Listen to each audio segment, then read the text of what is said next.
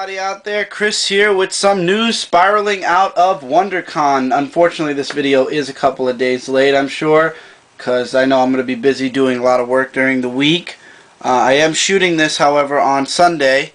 Unfortunately, I doubt I'm going to have the time to edit this. Hopefully this will be up sometime, like I said, in the beginning or the middle of the week. Just three things that I really want to talk about really quickly. I posted it on the CCC Facebook group page. Talked about it a bit with a few people. Now, I don't want you guys to think I'm favoring Marvel over all the other companies. I know DC talked a lot about before Watchmen. Independents talked a lot about their stuff. There's a lot of #1s coming out for Image. So, a lot of big stuff's happening all over. But these three titles that were announced, so that's what this video is about. Three titles that were announced from Marvel caught my eye and sparked a huge amount of debate. Let's start with the one that's caused the most controversy and mixed emotions. And by that I mean the Captain Marvel series that was announced. First off, it was announced that Captain Marvel is going to be none other than Miss Marvel. How you pronounce her name? Carol Danvers.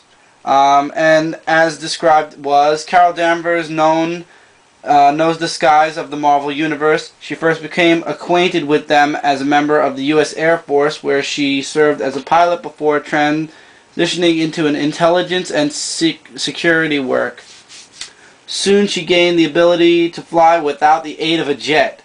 That's because Danvers' security gig involved her in a battle between the alien hero Captain Marvel, aka Mar-Vell.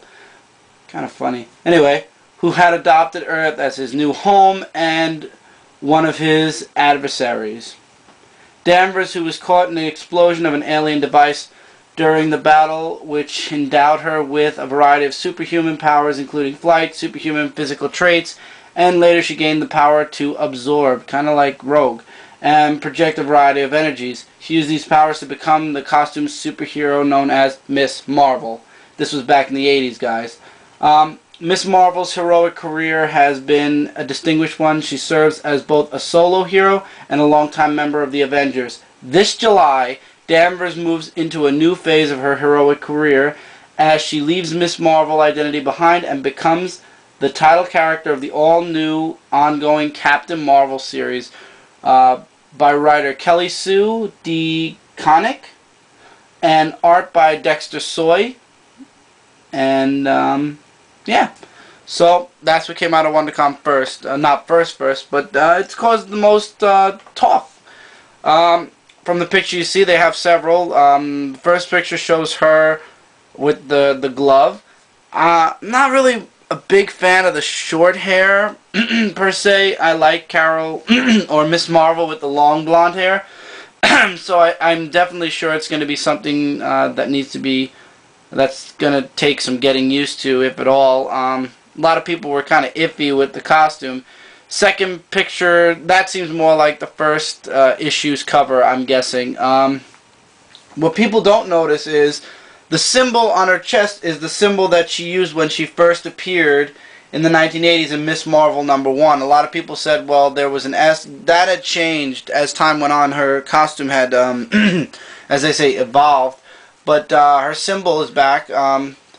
Few people were complaining that there was not enough revealed. I honestly think that the costume is okay. I don't really care about the revealing parts. The costume definitely leaves a lot to be desired, along with the weird short hair that spikes up in the front. But then again, you know, it's a new character. It definitely takes some getting used to, sort of.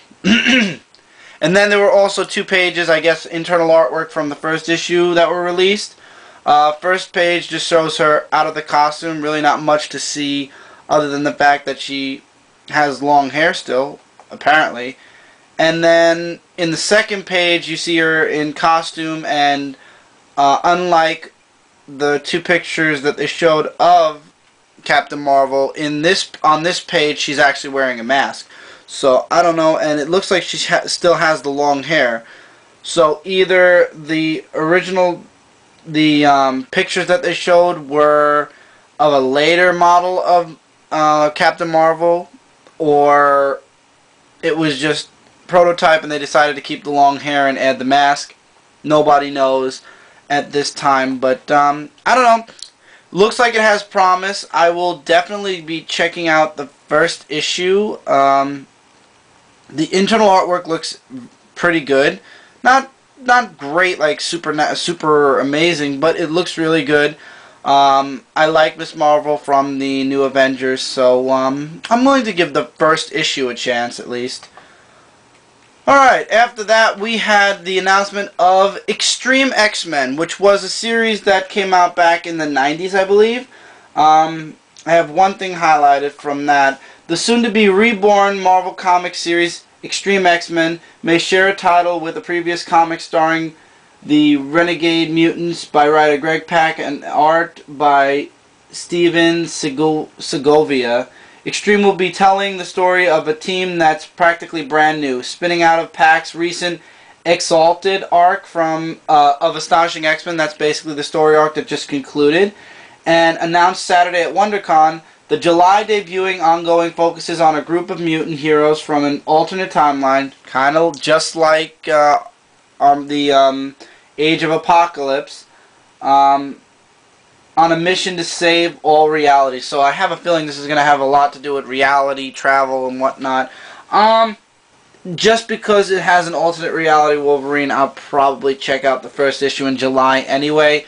The summer is the best time for them to release #1s, especially because, yeah, that's when a lot of people are off of work, off of school. I think these are pretty smart moves from Marvel. 2-to-1, these are all going to be $3.99 books. I'm not even going to put it past Marvel to be nice about this and make it a $2.99 book. I highly doubt that's going to happen, especially where they're putting all these new digital download codes in it. Yeah, I'm really excited for this one also. I dropped a lot of X-Men books when the X-Men divided, so this will be just another X title to give a shot to. I didn't really enjoy Age of Apocalypse, so maybe this will make up for the disappointment of Age of Apocalypse. I don't know, guys. You let me know. And finally, which was announced, this was announced actually the last day of WonderCon, and I was like, really? And little, I wouldn't say it was shocking, but once again, really. And the one paragraph I have announced is, well, first of all, what I'm talking about is the Dark Avengers. After Sieg introduced the panelist, the Marvel panel kicked off with a June 2012 release date for Dark Avengers, ongoing with Jeff Parker on writing and Kev Walker and Declan Shalvey on art. Luke Cage will lead the Dark Avengers this go-around. It leads in really well with what Jeff's been doing on the Marvel Universe, said Siege. Now, what I hear is basically the Dark Avengers are going to be the Thunderbolts, only graduated into, of course, an Avenger name, so to speak. And from the cover, all you really see are the Dark Avengers. Well, at least 2 of them.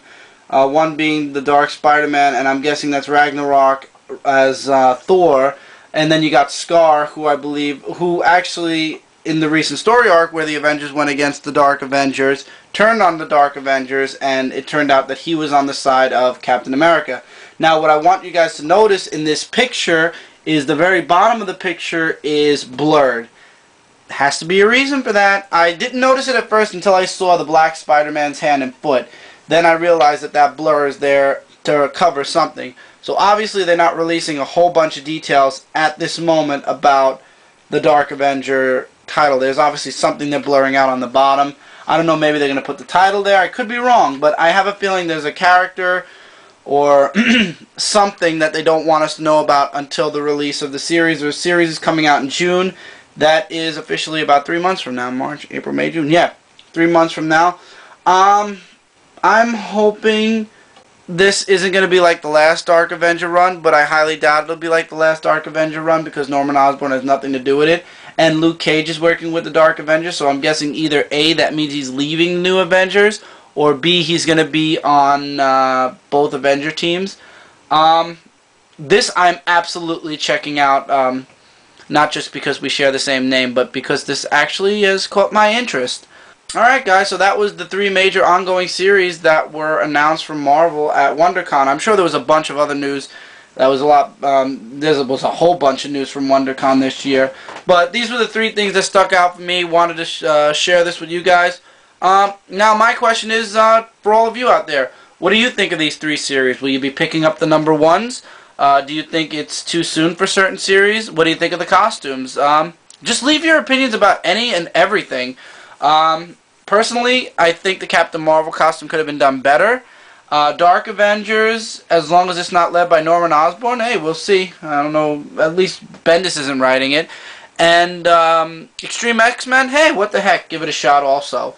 So guys, leave your comments below. I look forward to seeing what you guys have to say about these 3 series. Take care everybody, and I hope this was informative for you. Later everyone, and keep reading.